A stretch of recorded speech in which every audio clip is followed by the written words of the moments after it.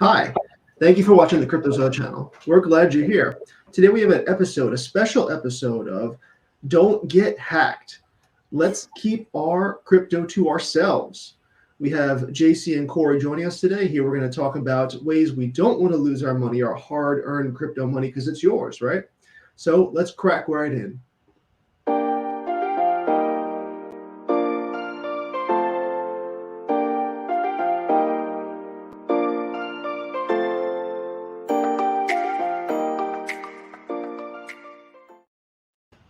JC, Kory, welcome. What's up, Mikey? Hey, Mikey. Hey, JC. I got a haircut. Do you guys like it? I love it. Looks nice. I think it's very nice. It makes me woke up trust. this way. Yeah, my wife was like, "We need to do something about your hair," and she drove me, and I woke up without hair. You don't have the scarecrow look anymore. No, I guess I don't. So, for everyone watching, we were supposed to do an AMA with Captain DeFi at this specific time, but Captain DeFi still has a job apparently, and his job had a work emergency.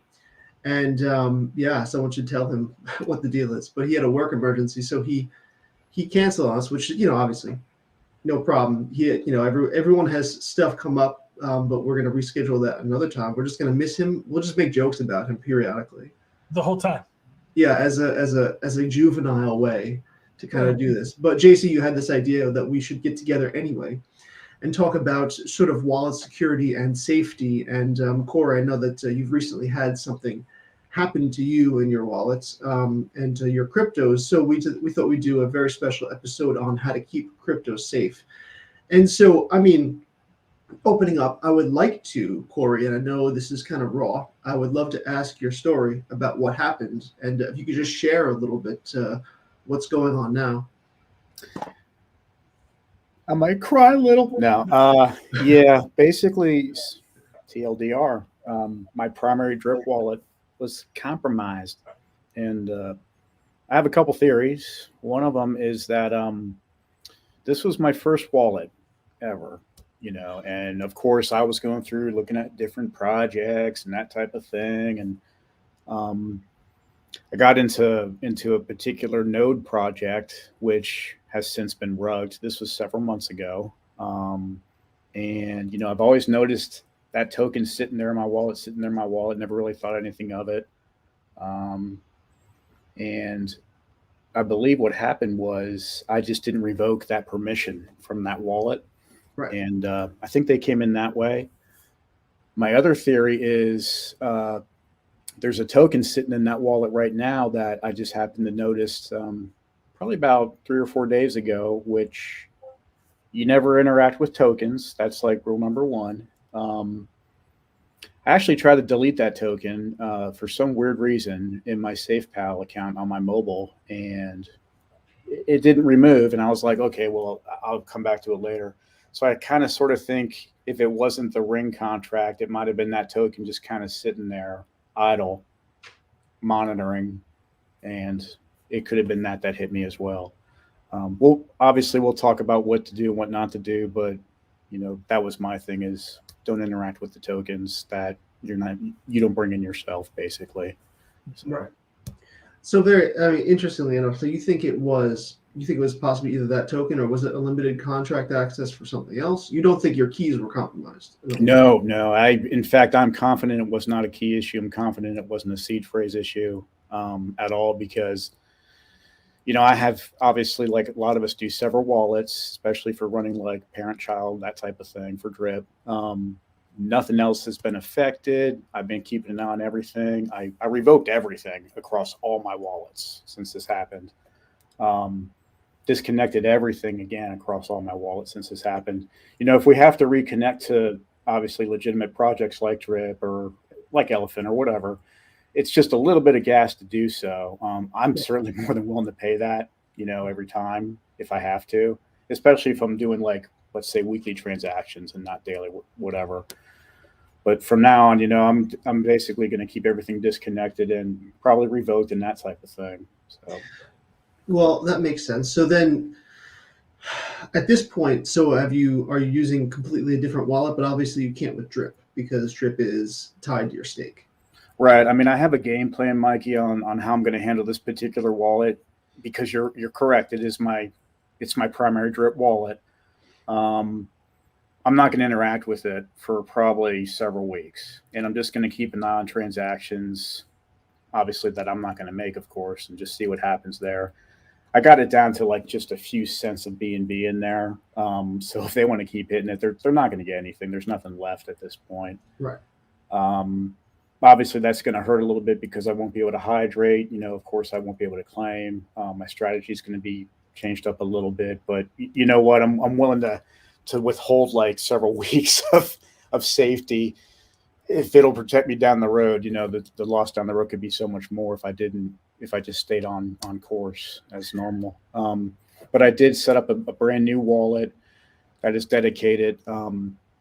And I know we're primary drip, but it's dedicated to Elephant, because we'll talk a little bit about that probably. Elephant being a reflection token, it does reside in the wallet, and it's paramount that you just protect that token, because it's sitting on the wallet and not in the actual project itself. Right. That kind of hurt. That one kind of hurt me. They also got my BR34P, so if I want to continue with my team line, I got to, put some BR34P back in the wallet, but it is what it is. I mean, I just want to help people out and help everybody stay safe and smart about keeping your wallets intact and protected and all that. That makes sense. So you have a plan, but I guess it's possible you don't want to share it because you don't want the hackers. I mean, I don't know if they watch hackers. If you're watching my video, you're a bunch of jerks for what you did. Just so you know. I know you don't care what I think, but anyway. But yeah, I mean, I get it. So hopefully, one day you could share your strategy. If not, it's totally fine. And I mean, I do apologize if this happened. This is pretty terrible. I mean, I appreciate it, guys. You know how you go through like the various levels of like emotions when something big happens like this. I went through all that last night, and of course, and I'm now coming to the senses of, maybe they need it more than I do. I mean, it is what it is. I'm not going to get it back. I have to accept it. I have accepted it. If anything, they did me kind of a favor, because it made me realize there's a hole in my security procedures, and I'm able to fill that hole up. So thanks, hackers.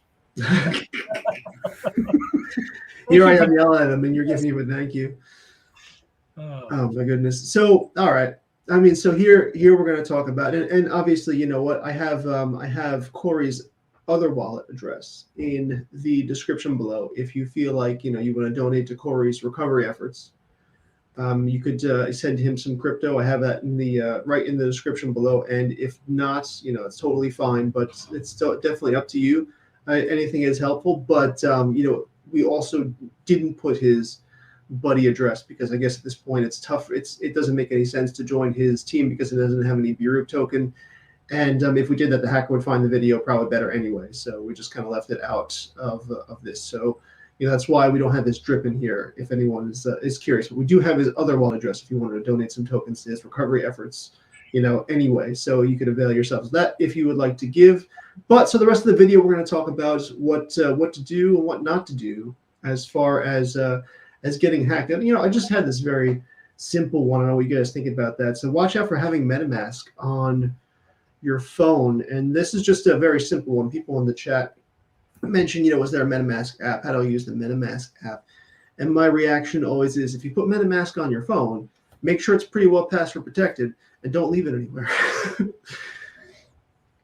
Right? Because it's not a matter of just like, stealing your keys. Someone could just swipe your phone and be like, oh, there it is. Thank you. There it is. But, if you've got a passcode protection on your phone, and a good one, and then, of course, you've got your password on MetaMask or Face ID on an iPhone,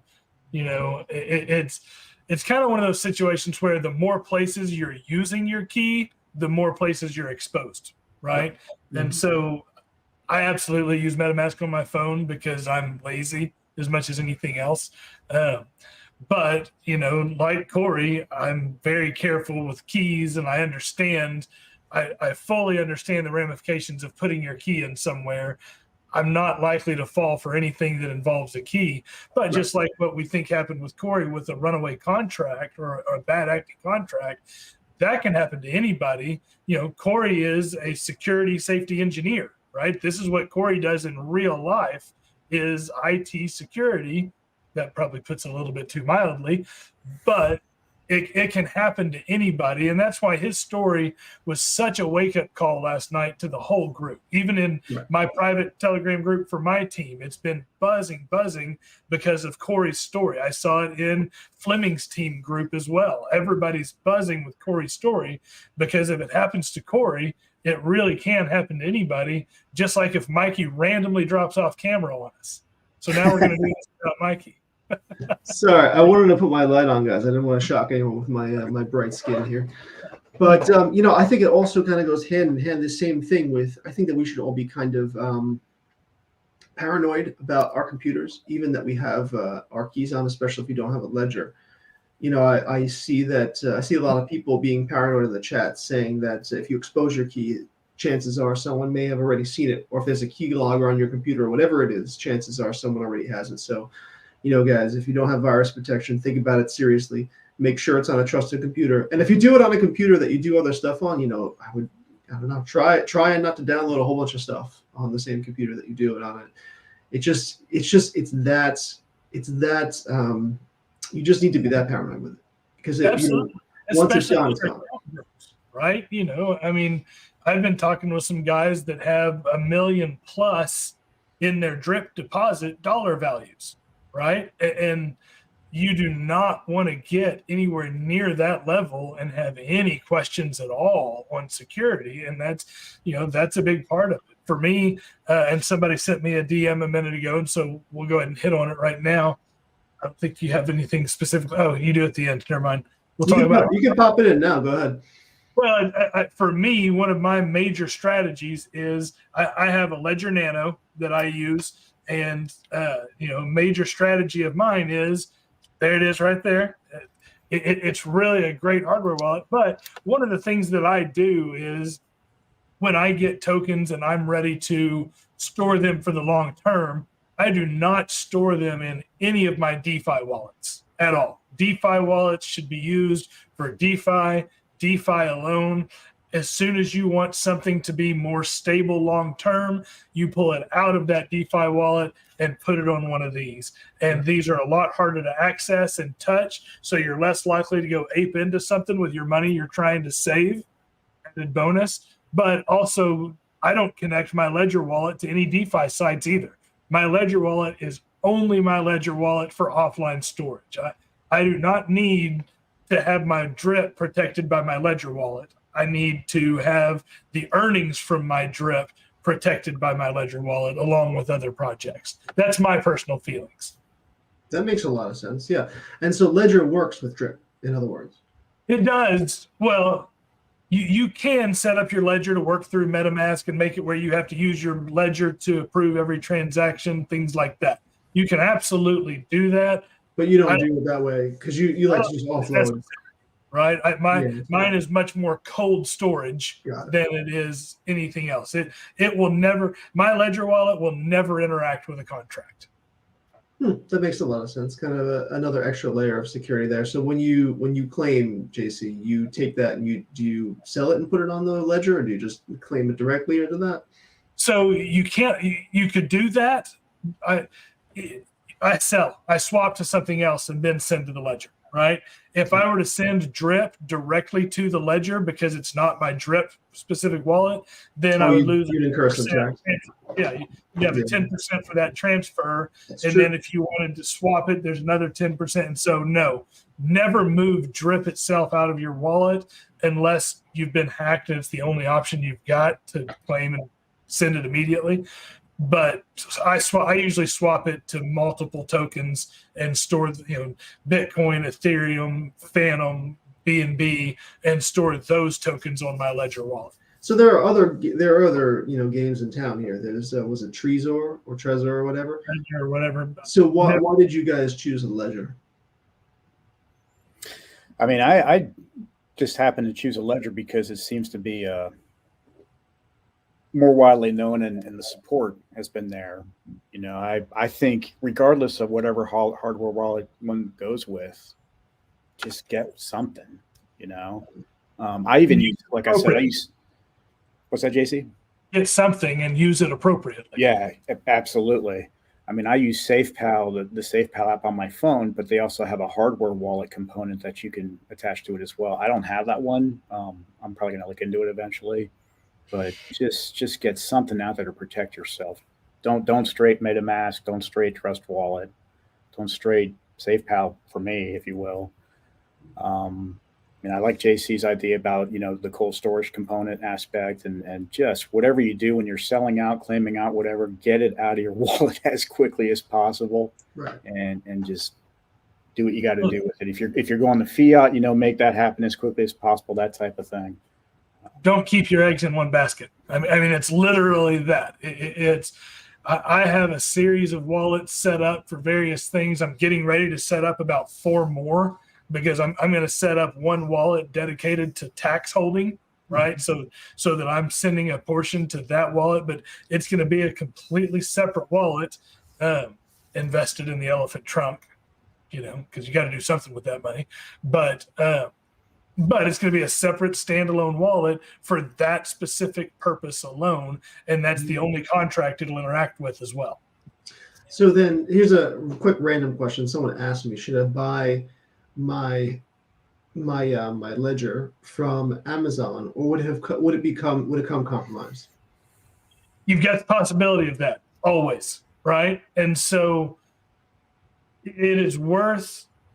I'm an Amazon guy. I buy everything on Amazon. We don't shop at Walmart. We shop at Amazon, right? Like toilet paper, dog food, everything comes from Amazon. We are an Amazon family. Amazon actually sponsors us, by the way. That's the short. We're sponsored by whatever that seltzer water is, and Amazon now. Yeah. So, thanks, Jeff. No, it is worth taking the extra step to buy it directly from the Ledger site, so that absolutely that is not compromised. Those wallets ship with the private key, where you can get the private key for them, because you have to store and write down that private key and everything. It would not be anything for someone to buy that ledger, get the private key off of it, repackage it properly, and then resell it third party on Amazon. Take the extra step, buy it directly from the Ledger site and nowhere else. Right. Mm-hmm. That makes sense.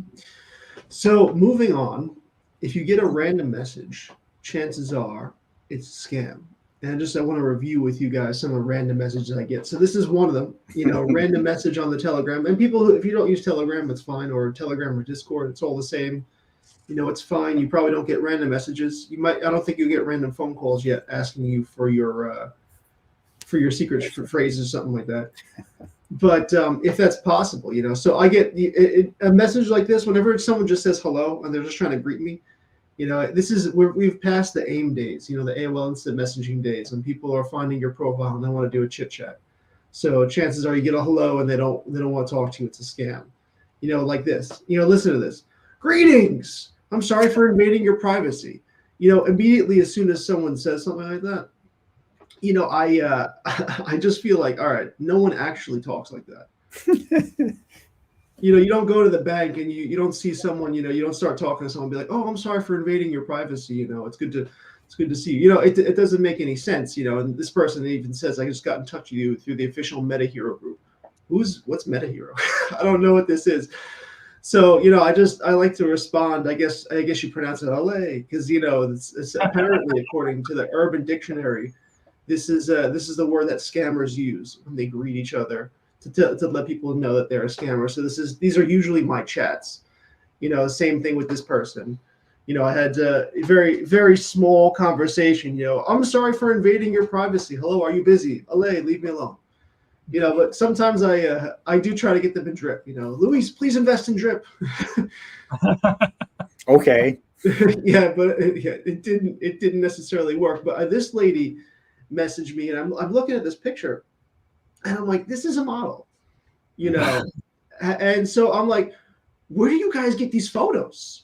And this person is like, what do you mean? I'm like, dude, this is obviously a guy. It's definitely a guy. I'm sorry, I'm not trying to be sexist, but this is definitely a guy who got this photo somewhere, like a stock photo of this person, called him, whoever, Lisa. Right. And I'm like, where do you get these photos from? I want to do this. I want to be in your shoes. So but they go pretty deep with these scams, right? But always the same thing: message you, hello, sorry for invading your privacy.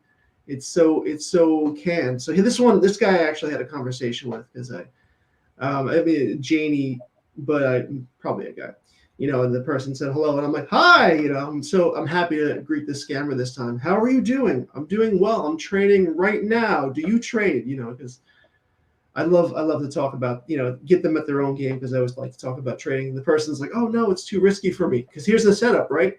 They're going to give me their platform, their trading platform. Trading for them is too risky, but that's why they use a platform, and you're going to find out what it is in a second. I said, oh, what do you do instead? The person's like, I'm investing in earning profitable in different investments. Wait, I'm confused. Bad English, sorry. And they also keep some crap coins. And the person's like, what about you? I'm like, I'm from Australia, and we have underground kangaroo fights here. The profit I make from the kangaroo fights, I trade on Binance. It's like, that's great. How long have you been trading in Binance? You also make profit when trading. I'm like, yes, I was very lucky. During this latest bull run, I made $200,000 on Bitcoin and another $59,000 when the market tanked. So I'm doing really well from my kangaroo fights. And so this is where it gets good. That he's like, that's great. And then he's like, oh, he's investing in a platform. And he's like, how are you doing? I'm like, have you tried Coinbank? Because Coinbank is another scam one. So I always try to offer the scammers another scam to give them just something they could chew on, but so this is kind of like, this is the norm. These people are not they're not messaging you. They don't actually want to have a chat with you. They don't they just want to give you that platform or ask for your secret keys. I want to throw one more piece of this up here too. What's this? So there's also been a MetaMask email going around. I've gotten it 2 or 3 times. My mom got it, actually. My thoughts are that when Crypto.com had some of their troubles, that email accounts were leaked with that, because that's the common denominator between me getting these and my mom getting these. Right. So MetaMask is sending out an email saying that you have to KYC for MetaMask, and it gives you a link to click, which then asks for your private keys. And what do we do with our private keys? We don't give them out. We never give them out, yeah. But you only give them to MetaMask. No, you never. MetaMask does not have your email address. Have you guys ever put your email address in for MetaMask? No, because MetaMask doesn't know who I am. That's the benefit of MetaMask. I'm anonymous to MetaMask. MetaMask will never send you an email. Don't fall for that. This is the stuff that really pisses me off, because it looks really good, right? The email, and this is just kind of a breakdown from somewhere else talking about that. I've deleted the emails where I would show the actual email. The email looks great. The email looks real. Don't fall for it. It's ridiculous. Yeah, and I mean, there are tons of those floating around trying to get you to do whatever. I think even when I go to test.com, MetaMask says, this is a scam site. It's a scam site. And it goes hand in hand with what we're going to say. Never share your seed phrase. I've got one more to show. If I can do it. It was just this morning, I thought. There are other scams going around right now in random messages that try to link you to a drip.community site that is not actually drip.community. I can't find it right now, but there was a random L instead of an I, or I think one I saw this morning was drop.community. Right. Well, always check your URLs, right? Absolutely. Always check your URLs, know where you're going. What I tell the guys on my team is, ask, right? That's why we're all part of this great team. If you're ever concerned or something seems a little fishy or not quite sure, just ask. It takes an extra few minutes. I tell people all the time, and Mikey, we've talked about this before, in crypto, we always feel like we have to move so quickly, so many times, but it really is important to just slow down, take a breath, act quickly and decisively, but in control, knowing exactly what you're doing at every step of the way. Right. Well, and that goes hand in hand with this, right? Always be absolutely sure of the token of trust you're buying. And ask if you don't know. Ask in a chat, in a known chat, not in a scam chat. Well, and that happened with the pig farm launch, where with the animal farm launch, where everyone was so desperate to get in, it was taking so long. People jumped at the first token address they saw that they thought was somewhat legitimate, and maybe it is, maybe it's not. If you don't know, it's better not to ape in than lose the money that you thought you were gonna, 5x or 10x or 20x. It's just, in my opinion, it's not worth it. Maybe it's worked out for you. Maybe you've aped in so quickly in so many of these that you've made so much more money that you've lost. But it just seems like such a bad idea to buy a token that you don't know for sure. It's worth those extra seconds just to take a look, or an extra couple minutes just to take a look, and totally lose your coins. And don't share your seed phrase. Ever. Ever. Never. I will admit to being a poor keeper of my passphrases, right? Because I'm lazy and I like convenience. I currently have all of my passphrases stored in LastPass. Everybody can flog me and beat me down. I know it's bad. But I am very quickly, over the next week or so, it's on my list to pull all that out and write it down in a stone book. And I'll have 2 stone books, one that I'll keep here on my desk with me, and one that's going to the bank in the safety deposit box. And then they'll be no longer in my LastPass. And don't go cheap. I mean, we're talking about quite a bit of money down the road. Absolutely. Don't go cheap. Yep. No. And so I think the stone book's $40 or $50 and made on waterproof paper and all kinds of stuff like that. This is more than just a yellow notepad, right? Get things that are purpose for it. Actually, even some of the metal-based keys. Have you seen the little metal-based keys? I've even thought about getting some of those also, because again, you cannot be too careful with it. Get it offline. Make sure it's not going to be destroyed in any way. That's the key. So what you're talking about, a stone book? I don't know what this is. Could you explain it for people who don't know, like myself? Sure. So a stone book is literally a notebook for, let's see, where's my screen? That's my screen. Oh, my screen's already up. There we go. So it is literally a notebook built for storing cryptocurrency keys. Wow. It's got tabs for recovery phrases and private keys with notes about each wallet, name your wallet. And so it's got all of your details right there. So here's one for a private key. So it's got all these different page types. It can also do some password authentication stuff in there too. But it really is just a good waterproof, solid notebook. Wow, cool. You don't have to have a special pen. It just has to be a ballpoint pen that writes on there. So make sure you use a ballpoint pen with it. But again, won't tear. It is not fire resistant, right? But that's why it's going to the bank safe deposit box, not a fire vault, a fire safe. Fire safes aren't that great for a lot of things technology related, right? Because they still get super hot inside there. But yeah, so that's a stone book. That's just what I'm using personally. There's lots of products like these out there. Here, I'll go ahead and pull this off the screen over here and go find what I was talking about with some of the metal. I think after this we should actually reach out to them. Let me just talk to the secretary. Hey, could you just reach out to Stonebook for me and just tell them that we want to get a partnership with them? We're advertising their product for free. Okay, you can make a note. Thank you. All right, so just for later. Just ahead our secretary, she'll contact Stonebook. So there are a lot of things like this out there, right? There are several different options you can use. This one is a cryptocurrency steel wallet, indestructible cold wallet. That's pretty cool. It really is. And it's credit card sized, and you just take your stuff and you put it in place here to make your passphrases. And it's just another good way to store it that is indestructible right there, These actually opened my eyes to some things. Your passphrases, it's only like the first 4 characters of words that matter in those. Did you guys know that? No, I didn't know that. and don't quote me on that, but that's how these work, because you can only put the first 4 characters of each word in there, which is interesting. So, but again, there are lots of options for storing your seed phrases offline. Don't be an idiot like me and store them in your LastPass. At least LastPass is better than Notepad. Are you like?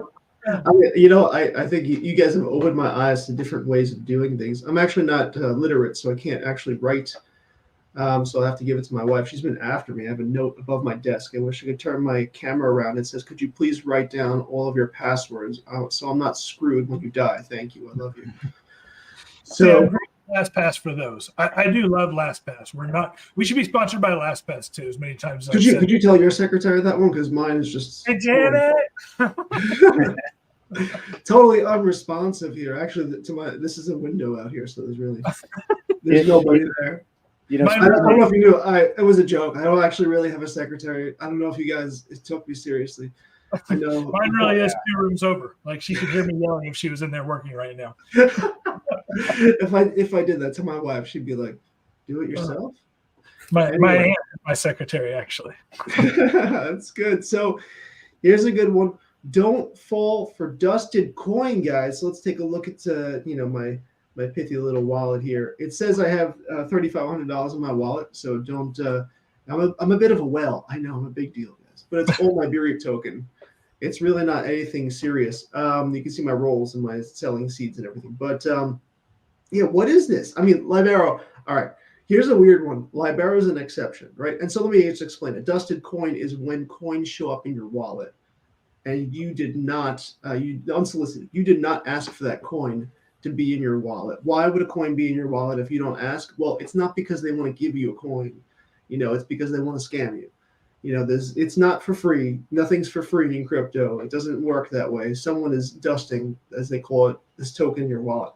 Libero showed up in my wallet about a month ago, I think it was, and then I had a bunch of comments on my YouTube channels, our YouTube channel saying, Libero's financial freedom, but all in caps, like screaming, Libero's financial freedom, Libero's financial freedom. So, just screaming at me, I guess, to get in Libero. So, keep in mind, and I guess Libero is not doing so bad. So I invested in it afterwards. Not a lot, as you can see.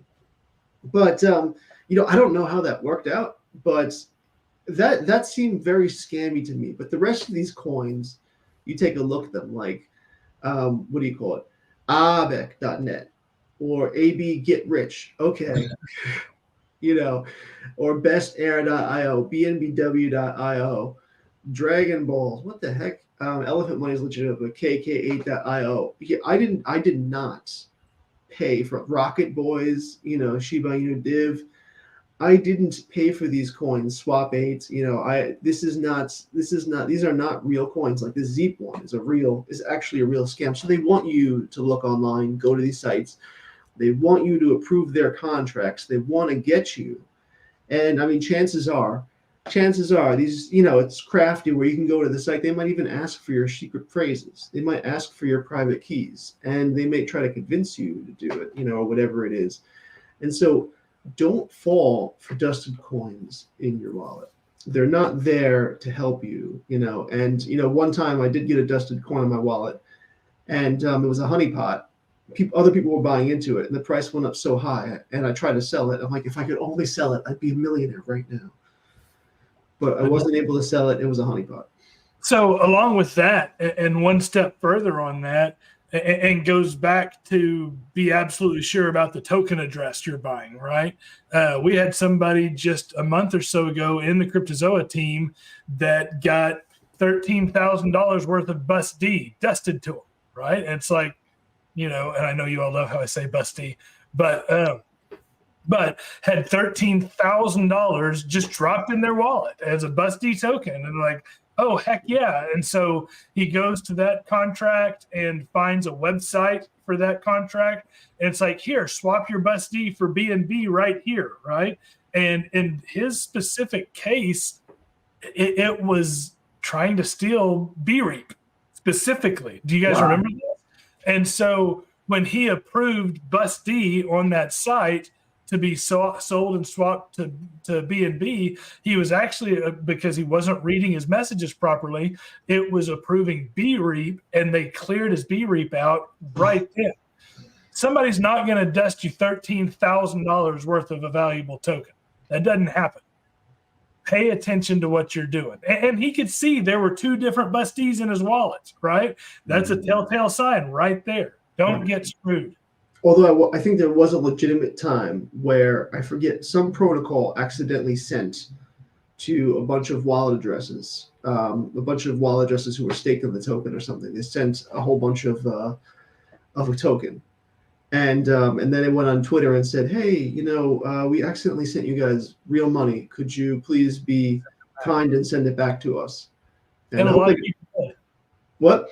A lot of people did, and they rewarded them for that too. Yeah. And also, secondary to the dusting tokens, I think it's probably less in fashion now than it was because of all the scams, but there for a while, it was a marketing tactic as well, right? Like FlokiPad is one that I know just because I wrote an article for them one time, and that was part of their marketing plan was airdrops. They don't call it dusting, they call it airdrops. And that's the idea of the token shows up in your wallet, you get curious about it, you go look it up. But it's become such a haven for scammers, just assume they're all a scam. Yeah, for sure. No, and I mean, at this point, there's nothing for free. Sorry, Kory, I didn't mean to cut you off. Well, it kind of reminded me of something else. How we see all those barcode, all the scans, all over the place. Like you go into a restaurant and you have the menu there on tables. For example, you can scan the menu in your phone and all that. I mean, I wouldn't be surprised, for example, you can go into a restaurant and kind of lift up that scan code that, and find, hey, the legitimate one is underneath there. And they just got into your MetaMask and all that. Yeah, for sure. I would recommend being extremely careful scanning any type of barcode or RFB or whatever, QR code. So. That's a good idea. I got to tell my secretary about that one. Hey, did you hear that? There's a great way to scam. There's a local restaurant. Yeah. Well, all right. Good. Yeah, we'll go get in on some of that.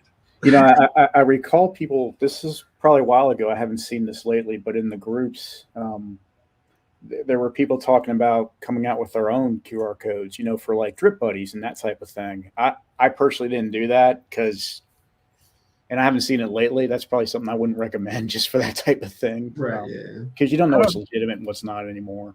And I don't do a lot of my marketing in the real world for drip buddies and things like that anyway. And so, if I were to do something like that, it would be a QR code that would link them to an article or to a series of articles or something. But yeah, that makes a lot more sense. Well, and that goes to the next question. Watch out for your contract access. So when you go to a DeFi site and you hit any button that is going to interact with your MetaMask, you're signing a contract. And your MetaMask is telling you what that contract is before you sign it, and you can actually look at details of that. And so there's a lot of unlimited access, like the Drip website asked you to sell drip coin. They said they ask for, or to deposit drip coin, they ask you for unlimited access to your drip. Not all sites ask for unlimited access, but if you trust the site and it's just their token, all right, I guess it makes sense. But if a site is asking you for unlimited access for a token, especially if you don't want to approve it, don't give it to them. And even if you do approve it and you don't like the way it looks, you could take it off right afterwards, which are going to tell you how to do right now. And you could even make a policy. It may be pretty gas inefficient, but if you're going to grant unlimited access to a bunch of tokens, you could easily take them off and leave it like that. And that's totally okay, because it's better to be safe than to have all of your hard-earned crypto that you deserve stolen on that. And I can say this hit me pretty big. This happened when I was getting into a coin called Sonic Boom. I don't know if you could still look it up and research it, but it was back in the farm days when I was doing some degen farming, and I saw this come out. RugDoc said that, this is a trusted website. They KYC'd to us, like that matters nowadays, right? They KYC'd to us, so we know their identity, and, it's safe, it's secure, and, what do you call it? Get in, it's okay to get in. And so, they give it like a very low risk. So I'm like, oh, low risk. just came out. This coin's going to go a certain amount of X. They're promising a whole bunch of rewards for their farm. I'm going to get in. Not looking at the contract, I approved the farm for it was Vax plus Polygon for a Polygon token. And I like the Polygon network, but right now, for some reason, the Polygon network seems like a graveyard for scams. It's very terrible. But I approved my Polygon token, my Matic, and I put my Matic in the actual stake. Next thing I know, the rest of my Matic is gone. The contract gave unlimited access to my Matic, and you better believe they transferred it out. And so I did an emergency withdrawal, which you can do from the contract, from the stake, from the farm stake. And I pulled my Matic out, but I didn't cancel the contract for unlimited access first. So I pulled my Matic out. It hit my wallet, then it was gone 2 seconds later. So they cleaned my Matic out just because I allowed unlimited access to my Matic. So it goes to show you, careful. And absolutely. And so we're going to talk about that right here, right? We're going to talk about unrekt. There are other places you can do this. You can do this straight on BSC scan actually too. It's just not very much of an interface to it. You could do this on DBank at one time, but they've now moved out to their own wallet, and I have not checked this out yet. And so we're not even going to go down that road because I'm just not into advocating. Wait, JC, you don't mean to go back. You don't mean to go down that rabbit trail? I don't mean to go down that rabbit hole.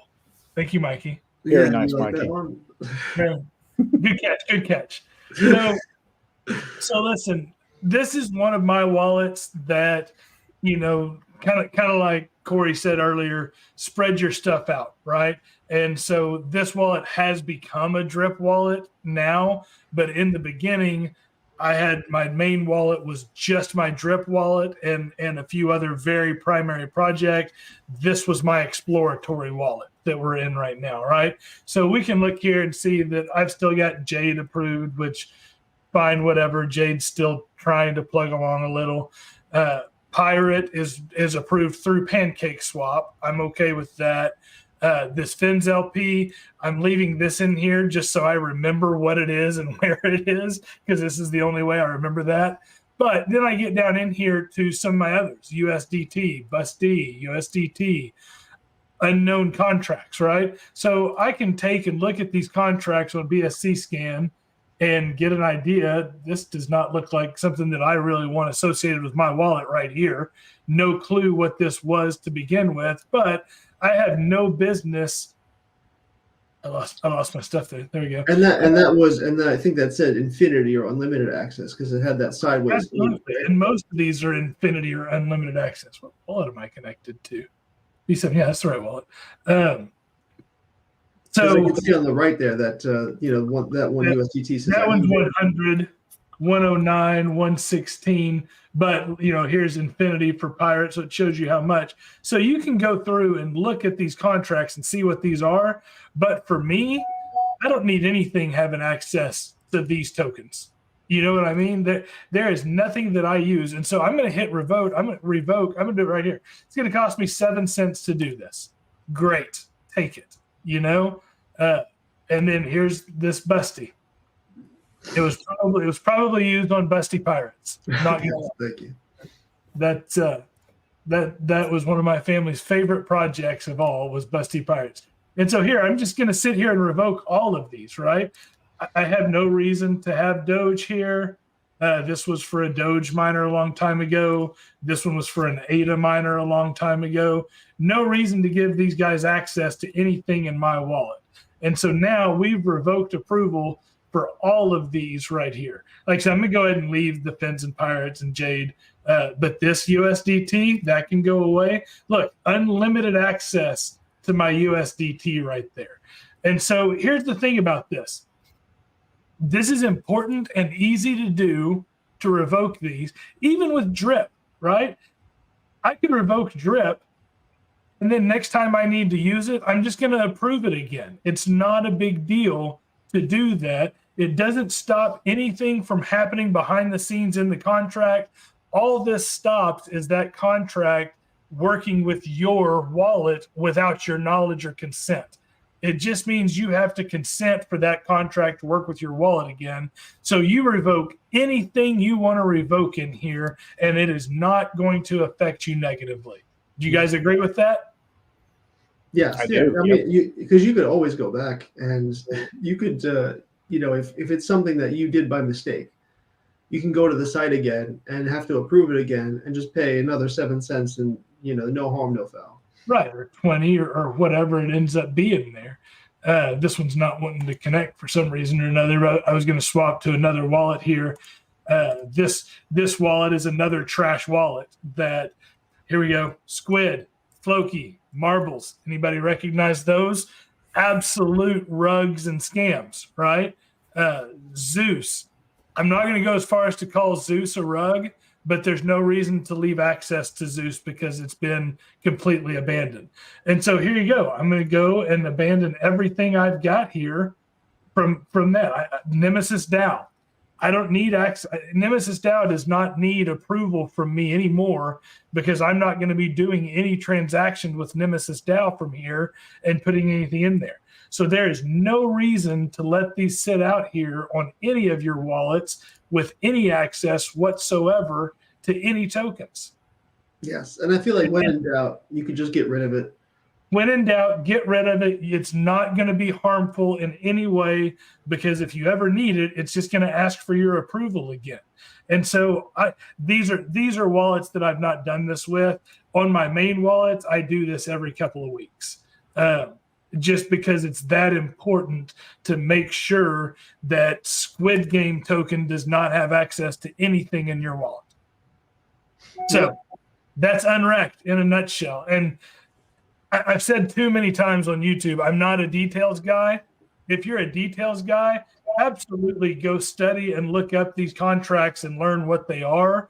But again, I'm much more of a sledgehammer guy. The guys that I used to work with would tell you, I'm a sledgehammer guy. Hit it with a sledgehammer and fix it later if you need to. And that's how it works. Well, it is true. It's better to sledgehammer it away than be wrecked, basically. And that's why the site's called unrekt. And you know what? I mean, unless you're totally cool with scammers stealing all your funds, maybe that's more part of the excitement of DeFi, the wild west of DeFi. And I mean, even so fun. Yeah. Oh man, Kory's really feeling the enjoyment and pleasure of that today. I am.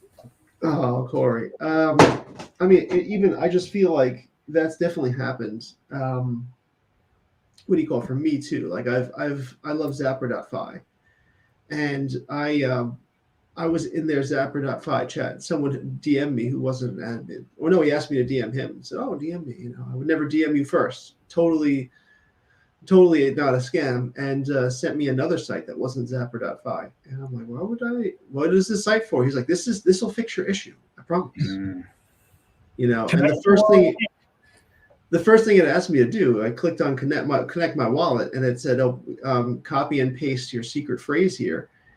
And I thought I had to connect my wallet. I need my secret phrase. When in the world would I ever have to do that? So I don't know. That really happens. But you know what? I think that's it for us. I want to thank you, JC and Kory, for coming. Kory, thank you for coming and sharing your story and lending us your time, in the middle of the day. And as everyone, as we're closing, I just want to remind everyone that we do have Kory's new wallet address that's has not been compromised in the description below. If you feel like sending him some crypto to help him in his recovery process, to get situated on a new wallet and everything, he does. He needs to be rebacked if he's going to go into that. There's a whole bunch of stuff I'm sure he's doing now to do recovery. So anything helps. If not, totally.